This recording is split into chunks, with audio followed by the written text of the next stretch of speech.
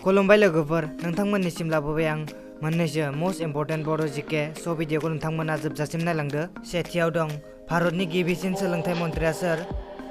एआव दं मौलाना आब्दुल कालाम आजाद, बिआव दं बल्लभ भाई पेटेल, सिआव दं पन्डित जवाहरलाल नेहरू, डिआव दं सि राजगपालाचारी।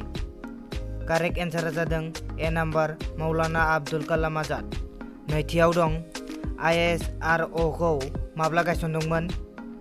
एआव दं 15 आगस्ट 1959, बिआव दं 15 अक्ट'बर 1969, सिआव दं 15 आगस्ट 1969, डिआव दं 15 अक्ट'बर 1959। कारेक्ट एन्सारा जादों सि नाम्बार 15 आगस्ट 1969। थामथियाव दं महाराष्ट्रआव मा हाखौ बयनिख्रुइ बांसिन मोनो? एआव दं फुलुं हा, बिआव दं गोसोम हा, सिआव दं बाला हा, डिआव दं गोजा हा। कारेक्ट एन्सारा जादों बि नाम्बार गोसोम हा।